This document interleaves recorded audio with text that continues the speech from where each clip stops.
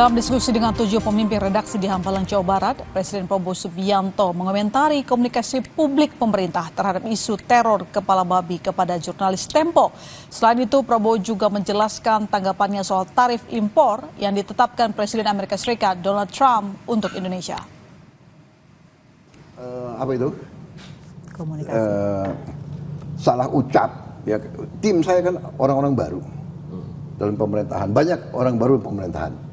Sebagian menteri-menteri yang senior ada yang dari kabinet lama, ya. Tapi banyak yang baru, ya. Jadi mungkin kurang waspada, kurang hati-hati dalam mengucap, ya. Saya kira itu yang bisa saya jelaskan, ya. Saya belum ketemu sih sebetulnya setelah saya juga kaget, ya, masalah kepala babi dan apa, ya, itu tikus kirim itu juga saya kira gaya-gaya apa, ya, taktik teknik gitu-gitu, ya. Bagi saya juga saya nggak terlalu percaya bahwa yang melakukan itu punya sifat-sifat, saya ulangi, saya kira yang lakukan itu ingin mengadu domba, ingin menciptakan suasana yang tidak baik. Menurut saya itu, ya. Tapi benar itu ucapan yang menurut saya teledor, itu ya keliru itu, ya. Saya kira beliau menyesal, ya. Tapi ini alasan yang saya bisa kasih adalah mungkin, ya, karena baru dalam posisi pemerintahan yang selalu disorot. Jadi kadang-kadang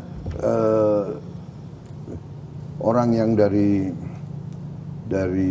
dunia perencana atau dunia survei atau dunia akademis muncul di panggung publik kurang cepat menyesuaikan, menurut saya. Oke, Trump. Ya, masalah Trump ini kita harus lihat nanti. Mungkin kita akan mengalami dampak yang berat, mungkin. Terutama yang bisa kena adalah industri tekstil, sepatu, garment, dan furniture. Ya, ini berat karena ini padat karya. Tapi kita akan cari jalan keluar. Kita harus berani mencari pasar baru. Kita ini terlalu manja juga sih, ya. Kita tuh selama ini tertarik oleh ekonomi Amerika, benar, karena ini kan sistem ekonomi yang Amerika ajarkan kepada kita, kan? Iya kan? Free market, benar nggak? Globalization, iya kan?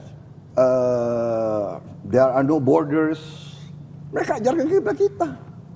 Kita murid yang setia, ya kan? We follow what they teach us. All the time, the 60s, the 70s, the 80s, the 90s, 98, 99, kita ikut IMF. Paling setia, paling loyal.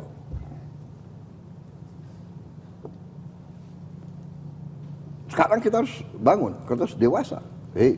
Dan tidak hanya kita, Eropa, negara ASEAN, semua, Australia, semua. Kalau begitu, sekarang situasi berubah. Dan memang benar situasi berubah. Dan itu yang saya sudah ingatkan bertahun-tahun, saya ingatkan. Tolong buka rekam digital saya, rekam jejak saya. Saya sudah ingatkan. Saudara-saudara sekalian, Indonesia harus berdiri di atas kaki kita sendiri. Tapi orang bilang, oh, retorika. Tidak. Saya dari dulu Saya dari dulu memperjuangkan, saya sudah sadar, saya sudah mengerti bahwa suatu saat nobody is going to help us. Tidak ada yang akan bantu kita kecuali diri kita sendiri. Dan ini realita. Tidak ada yang bantu India, tidak akan ada yang bantu Vietnam, tidak akan. Setiap negara harus mengurus dirinya sendiri. Tapi, banyak orang mengatakan juga bahwa Amerika memaksa semua negara untuk cari pilihan lain. Nanti Kanada sudah mengatakan. Ya. Anda baca, Anda dengar pidatonya Perdana Menteri Kanada. Kalau Amerika tidak memimpin, Kanada akan memimpin. Bayangkan, Kanada nanti sama Eropa Barat, ya kan? Saya akan berangkat juga ke Eropa awal Mei. Saya akan ketemu Perdana Menteri Anwar nanti sore. Kita koordinasi. Kemarin Menteri Menko Perekonomian Pak Airlangga dari Kuala Lumpur koordinasi. Nanti menteri-menteri ASEAN juga akan koordinasi.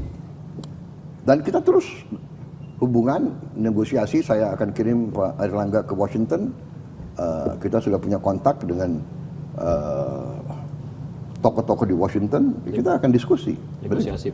Untuk negosiasi? Ya, kita akan negosiasi. Kita bilang, loh,